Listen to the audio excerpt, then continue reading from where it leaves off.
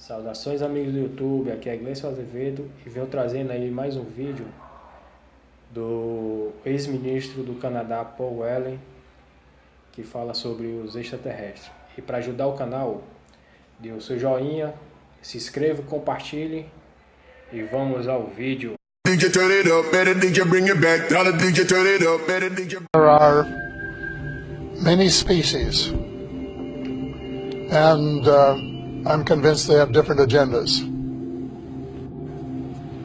Just like maybe the United States, Russia, China might have different agendas. So if you say, well, what do Earthlings think? Well, who are you talking about? Are you talking about the Russians or the Americans or the Germans or who? And I think there have been face-to-face meetings, probably with species who look very much like humans.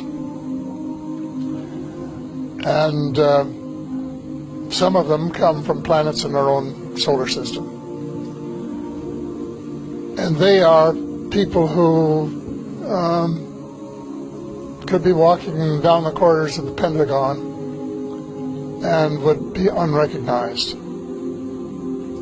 Then there are other species, such as the Greys, for example, which are very distinct in their looks. They're short, they have very large heads, very long arms, and very big eyes, and they're more like the ones that we usually see in the cartoons of extraterrestrials. They're not little green men, which we used to say, little green men from Mars, but they're short, dark-skinned, what they were designated as by the United States government, extraterrestrial biological entities, EBs. So the EBs, that group of them, look very different. And they may have an agenda which is quite different from some of the others, because there are different degrees of spirituality.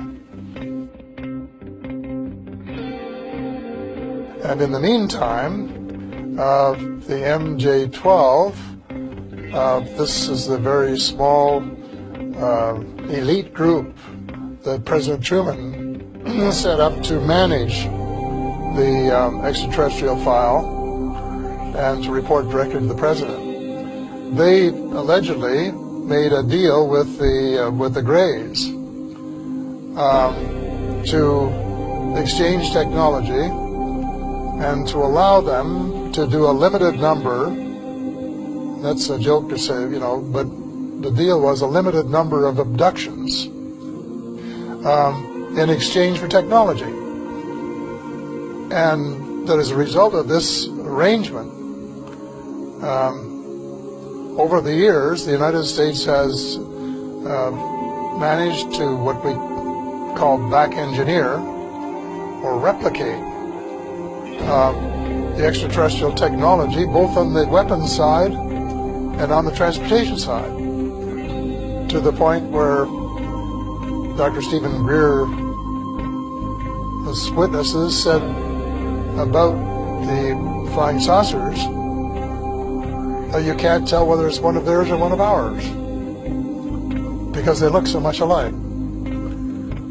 So they have made tremendous progress in 60 years, and they have developed very powerful weapons, far more powerful than anything they had before. And they have, according to Ben Rich, who was the former head of the Lockheed Skunk Works, which was working on these kinds of vehicles, they now have, as he said, quote, the capability of taking E.T. home.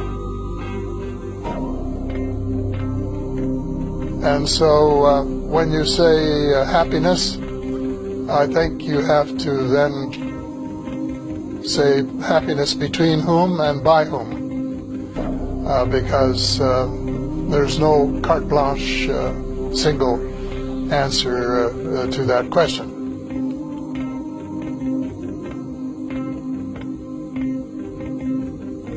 I know that there is some concern about one breed of reptilians, and that maybe they have some connection with the Greys. I don't know. But again, you can't, it's not carte blanche, because there are branches of the reptilians, and there are allegedly some good, positive creatures in this with that name. But the United States, when it was briefing presidents, has always said that most of them are benign, but there was one that wasn't. They've never named the one. No one's ever told me who it was. But I suspect they're talking about this one branch of the reptilians, who, if you wanted a nice way to sum it up, would represent the dark.